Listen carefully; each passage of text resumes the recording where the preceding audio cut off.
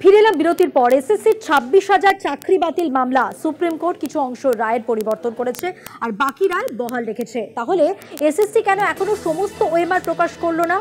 বুধবারের মধ্যে এসএসসিকে সমস্ত ওএমআর প্রকাশ নিয়ে অবস্থান জানাতে নির্দেশ ডিভিশন বেঞ্চের। আর ইতিমধ্যেই ঘোষিত অযোগ্যদের বেতন বন্ধ, বেতন ফেরত নিয়েও রাজ্যকে তার অবস্থান জানাতে নির্দেশ দেওয়া হয়েছে। আর কি জানানো হয়েছে জানবো। আমাদের সঙ্গে রয়েছেন নিউজরুম থেকে আমাদের প্রতিনিধি পীযূষ কান্তি নাগ, তার কাছ থেকে।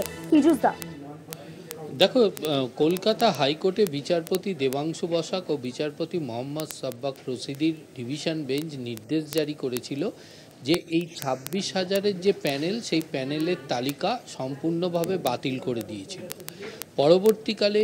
এবং সেই নির্দেশেই উল্লেখ ছিল যারা অযোগ্য তাদের বেতন ফেরত দিতে হবে এবং 12% সুদ হারে সেই বেতন ফেরত দিতে হবে, এমনটাই নির্দেশ ছিল বিচারপতি দেবাংশু বসাকের ডিভিশন বেঞ্চে। পরবর্তীকালে এই মামলা সুপ্রিম কোর্টে যায় এবং সুপ্রিম কোর্টও একই নির্দেশ বহাল রাখে, তবে সামান্য কিছু সংশোধনী সুপ্রিম কোর্ট এনেছিল। এখন যেহেতু সুপ্রিম আদালতের এই নির্দেশ, সেই নির্দেশকেই সামনে রেখে একটি আদালত অবমাননার মামলা দায়ের হয়েছে কলকাতা হাইকোর্টে। বিচারপতি দেবাংশু বসাকের ডিভিশন বেঞ্চে মামলাকারীদের দাবি যে এসএসসি কর্তৃপক্ষকে আদালতের নির্দেশ ছিল যে ওএমআর শিটগুলি যেগুলি উদ্ধার হয়েছে সেই ওএমআর শিটগুলি প্রকাশ করতে হবে তাদের ওয়েবসাইটে।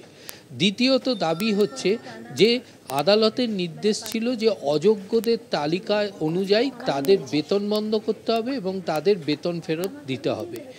আজকে দুটি রেফারেন্স তুলে ধরে তারা আদালতের দৃষ্টি আকর্ষণ করে জানান যে তাদের কাছে এমন তথ্য রয়েছে যে আদালতের নির্দেশ সত্ত্বেও, এবং তুমি জানো যে এসএসসির যে ওয়েবসাইটে একটি অযোগ্যদের তালিকা প্রকাশ হয়েছিল, সেই তালিকায় নাম থাকা ব্যক্তিরা এখনও পর্যন্ত চাকরি করছেন এবং তারা বেতন পাচ্ছেন। তাহলে এটি সম্পূর্ণভাবে আদালত অবমাননার শামিল। পাশাপাশি আদালত সিবিআইকে নির্দেশ দিয়েছিল যে তদন্তের গতি প্রকৃতি বাড়িয়ে তদন্ত করার। এই সবগুলি বিষয়ের ওপর নির্ভর করে আদালত প্রথমে এসএসসির কাছে জানতে চায় যে কেন তারা এখনও পর্যন্ত ওএমআর শিট প্রকাশ করেনি। এসএসসির আইনজীবী আদালতকে জানান যে এই বিষয়টি জানাবার জন্য আদালতের কাছে 2 দিনের সময় প্রয়োজন এবং এরপরেই আদালত নির্দেশ জারি করেছে এসএসসির উদ্দেশ্যে যে এসএসসিকে ওএমআর প্রকাশ নিয়ে তাদের যে অবস্থান, সেই অবস্থান আগামী বুধবারের মধ্যে হলফনামা দিয়ে আদালতকে জানাতে হবে যে তারা এই উদ্ধার হওয়া ওএমআর শিটগুলি তারা প্রকাশ করবেন কি করবেন না এবং পরবর্তীকালে কবে প্রকাশ করবেন।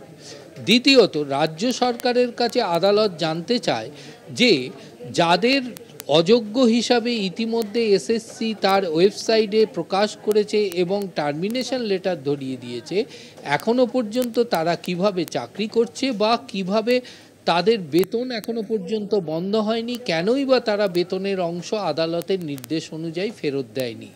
এই বিষয়টি রাজ্য সরকারকে বুধবারের মধ্যে জানাতে হবে।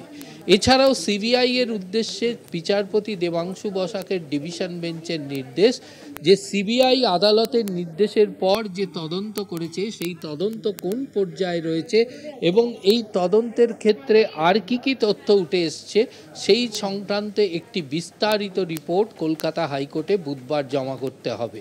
বুধবার আগামী শুনানি। সেই শুনানির দিন বিচারপতি এই 3টি বিষয়ের হলফনামা দেখেই তার পরবর্তী সিদ্ধান্ত গ্রহণ করবেন আদালত অবমাননা সংক্রান্ত বিষয়। ধন্যবাদ। কথা বললাম আমাদের প্রতিনিধি পীযূষ কান্তি নাগের সঙ্গে। 26,000 চাকরি বাতিল মামলা সুপ্রিম কোর্ট কিছু অংশ রায়ের পরিবর্তন করেছে, বাকি রায় বহালই রাখা হয়েছে। এবার সেইখানেই প্রশ্ন যে এসএসসি কেন এখনো পর্যন্ত সমস্ত ওএমআর প্রকাশ করলো না। বুধবারের মধ্যে এসএসসিকে সমস্ত ওএমআর প্রকাশ নিয়ে অবস্থান জানাতে হবে নির্দেশ দেওয়া হয়েছে ডিভিশন বেঞ্চের পক্ষ থেকে। ইতিমধ্যেই ঘোষিত অযোগ্যদের বেতন বন্ধ এবং বেতন ফেরত নিয়েও রাজ্যের অবস্থান জানতে চাওয়া হয়েছে। সব মিলে এসএসসি তদন্তের অগ্রগতি জানতে চায় ডিভিশন বেঞ্চ। বুধবারের মধ্যে সিবিআইকে তদন্তের সামগ্রিক অগ্রগতি জানাতে নির্দেশ দেওয়া হলো।